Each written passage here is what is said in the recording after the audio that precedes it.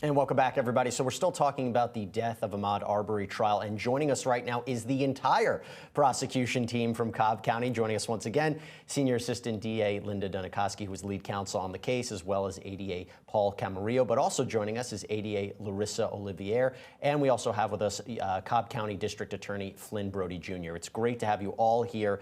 Flynn, Larissa, thanks for joining the conversation. I want to start with you about what I asked this of Linda and Paul, your reaction to the verdict, and also what the past few days have been like now that things have kind of settled in a bit for both you and the family of Ahmaud Arbery. Sure. My reaction was just joy. It was a good feeling in the moment to see that the jury reached a right verdict. And I was happy, of course, for Wanda and Marcus Sr. for them to have the closure that has been way too long coming in this case. And that was exactly my feelings too. The fact that we got the right verdict, the fact that we found justice for Marcus and Wanda, and I think for this community and this country in general, that people see that there is a right and wrong, and we worked hard to make sure that they saw that and that we got the right verdict. And how is the family doing? Because they have had a minute to settle in. There's obviously the reactions that they had right after the verdict, but have you had a chance to speak to them in the past few days, or what their next steps are?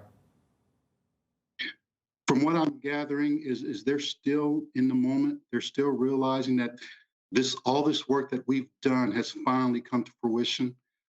They are excited and joyful for justice. But you got to remember, the day after this verdict was Thanksgiving, and there was still someone missing at the table. So even though they got justice, it did not bring Ahmaud back.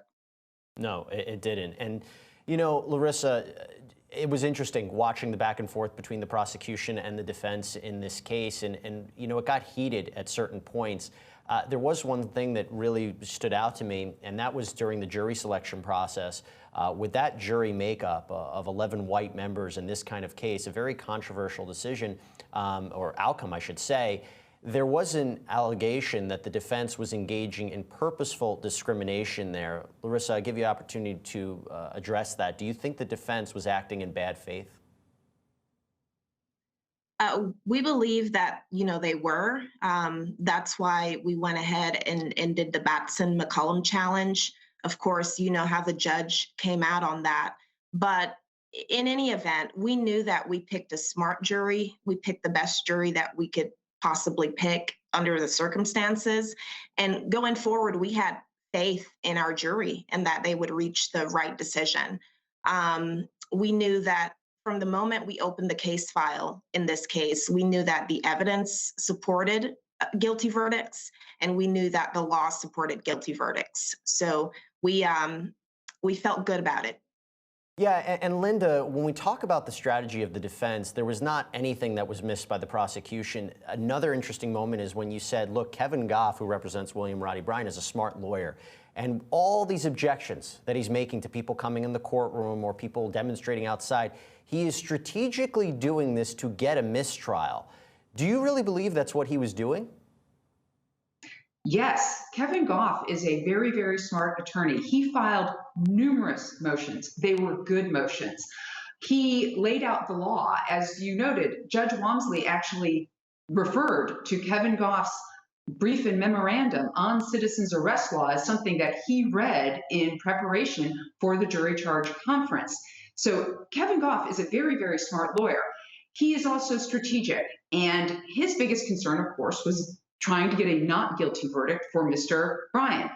And everything he did, from the comments about Black pastors to trying to have people identified within the courtroom, mentioning Jesse Jackson and Al Sharpton being there, it really lended itself to his strategy to try and get the judge to issue a mistrial or attempt to insert some sort of reversible error should Mr. Bryan be convicted. And that is probably where we're going to go now. Every one of these defendants is going to file a motion for new trial, which is standard procedure, nothing unusual about that. And then I'm assuming whoever handles the appeal for Mr. Bryan will try and insert these same issues into the appeal. And just to follow up on that, is there, are you going to be active in opposing that appeal? Because we know that the defense attorneys, that's the next step. Yes, very active in opposing that. The first step will be the motion for new trial hearing, which will be probably set down sometime in the next year. It depends on when the transcripts get filed, and whatever issues they bring up, we will go ahead and address those issues at that time. Linda, sorry, I have to ask you this. Did it bother you at all that Kevin Goff could never get your last name right? Had to ask. I watched it every second. I just was curious. Mr. Goff couldn't get anyone's last name right, including Flynn's last name, my last name, anyone's last name. Yep, okay, just had to ask. I just kept seeing it, but I needed a minute to talk about that. Anyway, we go back again, Linda. I want to go back to your closing argument. We're really, again, trying to tie up all these pieces together in what is a complicated case nonetheless. Let's take a look. They're going to try to claim that they were justified in their actions, okay? Because here's the thing, ladies and gentlemen, you cannot claim self-defense under certain circumstances. You can't. You don't get to say I was acting in self-defense, and there's 3 of them, and it's the law. This isn't just something made up. There's 3 of them in the law, okay? If you are the initial unjustified aggressor, you don't get to claim self-defense. If you're committing a felony against somebody, you don't get to claim self-defense. And the 3rd one is if you provoke somebody so that they defend themselves against you. And then you go, oh, look, he attacked me first. But you really were the one who was provoking the attack on yourself. You don't get to claim self-defense. And that's the law. Larissa and Flynn, one of the interesting things that we kept seeing throughout this case is why did the McMichaels feel they were justified in approaching Ahmaud Arbery to use the weapon? Why did they feel justified? Linda, you mentioned there's a lack of remorse when he testified. One of the still points that I think is confusing for people, Flynn and Larissa, is whether or not officers deputized the McMichaels, or if not deputized, emboldened them to act. Now, I know that is a subject of a lawsuit that is also going to be ongoing, so you might be limited in what you can say, but I do want to clarify that point on why the McMichaels believed they were authorized to act the way that they did. When I first looked at that as their strategy developed, I think they only had one choice, and that was to play on their past, and the past in law enforcement, their past in the Coast Guard, and just bring up those things that they felt the jury would resonate with and understand of why they thought or why their mindset was the way it was. I really don't believe it played well with the jury. Both of their past did not reflect true law enforcement, especially Greg McMichael's past, the things that had gone on throughout his career. And then I think the fact that as a Coast Guardsman, being a boarding officer is totally different than being a police officer. So I don't think either one of those things resonated with the jury, but the defense needed a strategy, and they chose to use that one. Larissa, I didn't know if there was anything you wanted to add there. Sure. Just by speaking with some people, witnesses in preparation for this case, witnesses from Satilla Shores, witnesses from the Fancy Bluff neighborhood, they wanted it to be very clear that what the McMichaels did not speak to what they thought was appropriate. And the McMichaels, their views did not represent the general views of people in that area. I don't know why they could possibly think that they were justified in doing this. The reading of the citizen's arrest law, it was clear that they were not, and they did not meet the requirements of the citizen's arrest law. I think they did a lot to use the crime, the property crime that was happening in the Satilla Shores neighborhood. And not to say that property crime isn't serious, but here we were talking about, some entering autos that the defendants personally didn't really know a whole lot about, other than Travis McMichael's January 1st, 2020 entering auto. But most of it was speculation and hunches and hearsay. And you just can't use that as the basis to gun someone down. And the jury saw it. And Paul, you spent some time, questioning these people from Satilla Shores. and focusing on what they believed, including Ms. Lawrence, who helped, to facilitate that video's release and thought it would actually help Travis McMichael's story. I was curious, again, if the jury was going to resonate with that and say, well, look at the community members. They thought there was something going on. Walk me through what you were trying to do by cross-examining these people and what narrative the prosecution was hoping to go forward with the residents of Satilla Shores. Well, I think with any cross-examination, with any witness, you try to first get things out that are going to help your case.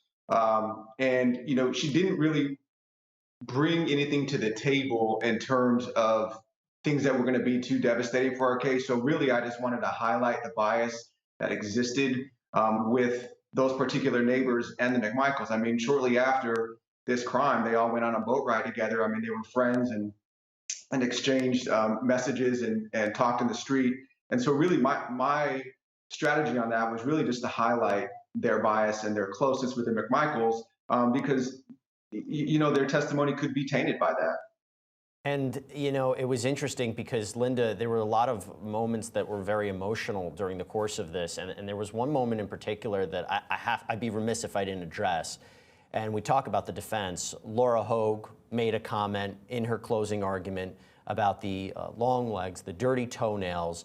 Now, I've heard, we actually had an opportunity to interview Jason Sheffield here on the program, and he said that was something that was written up in the briefs. It was in order to bolster their claim that Ahmaud Arbery had a mental illness and he could not take care of himself. That was their narrative.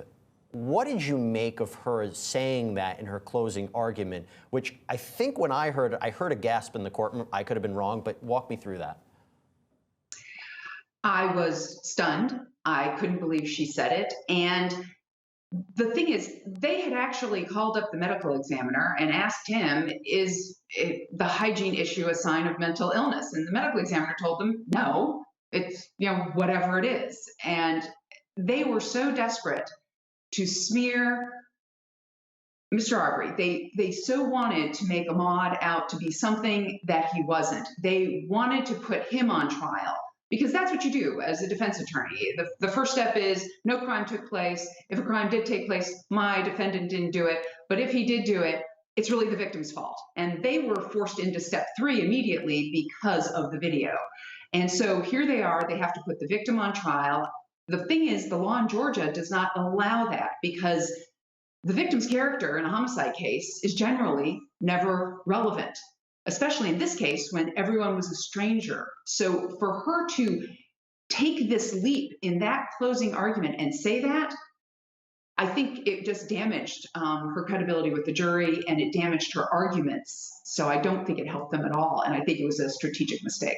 Well, look, at the end of the day, when you're a defense counsel or you're an attorney in general, you don't want that to be the thing that the jury remembers. You want to hear the arguments. So, she'll have to decide if that was the right comment or not. Larissa, I do have the opportunity to ask you a question. And if I'd be remiss myself if I didn't ask you. There was a moment when you were cross-examining a witness, and I believe it was a resident from Satilla Shores, and you said, does that not warrant, and I'm paraphrasing here, does that not warrant the death sentence in terms of what happened to Ahmaud Arbery? There was an objection over the defense, jury was excused, the judge made a comment about it. I'm curious the strategy behind asking that question about, did Ahmaud Arbery deserve to be killed based on whatever allegations, based on whatever assumptions people had on what he was doing that day.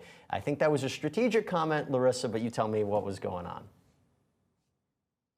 Well, I asked the question, I got an objection, the judge sided with the defense, and I took my admonishment. And that's all I'll say about that question. Okay. All right. Flynn, I want to ask you, this case is going to be, remembered. It's going to be the case even before there was a trial that abolished citizens arrest law in Georgia. What are you hoping the impact of this case will be moving forward, both in Georgia, but maybe across the nation as well?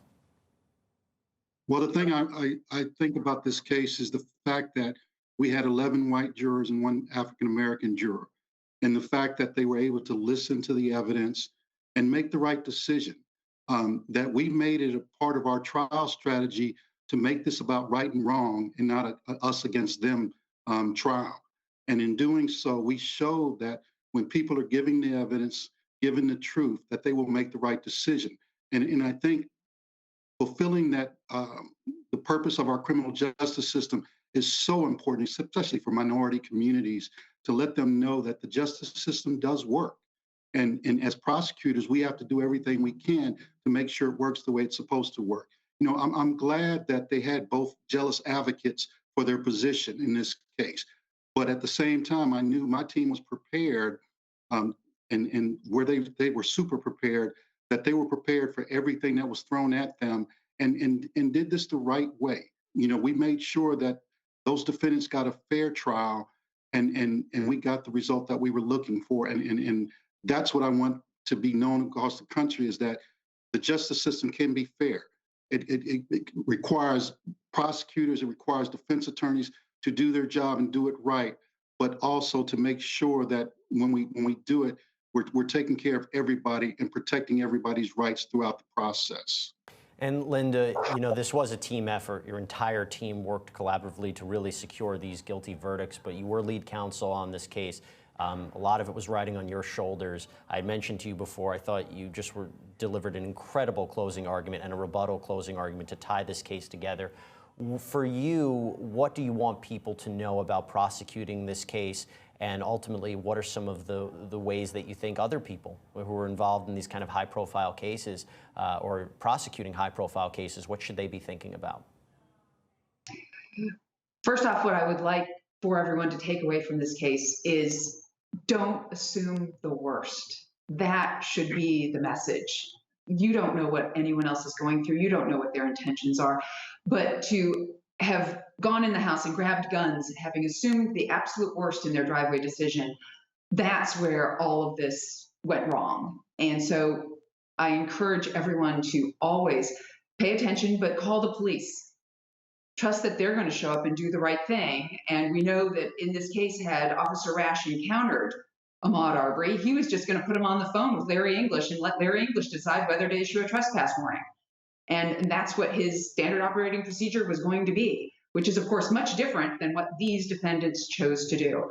And I guess my message to other prosecutors is this: just talk to your jury. The jury system works, and the jurors will listen when you lay it out and when you give them the facts and ask them to apply the law to those facts. They will do that, and they will see the justice. I don't think there's much more to say than that. Linda Dunikoski, Paul Camarillo, Larissa Olivier, and Flynn Brody Jr. A privilege to speak to all of you. Thank you so much for taking the time to join us here on Law and Crime. And again, congratulations on the verdict. Thank you so much.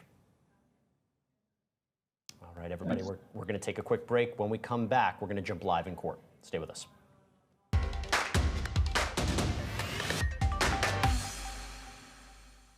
Hi, this is Dan Abrams with exciting news for all of our Law and Crime followers on YouTube. You can now get the live Law and Crime Network with YouTube TV for all of your daily live trial coverage, legal news, expert analysis, and original true crime programs. Subscribe to YouTube TV today and then locate Law and Crime in the channel guide. And for only $1.99 a month, you can add the network to your bundle. Watch Law and Crime every day with YouTube TV. We put you in the jury box.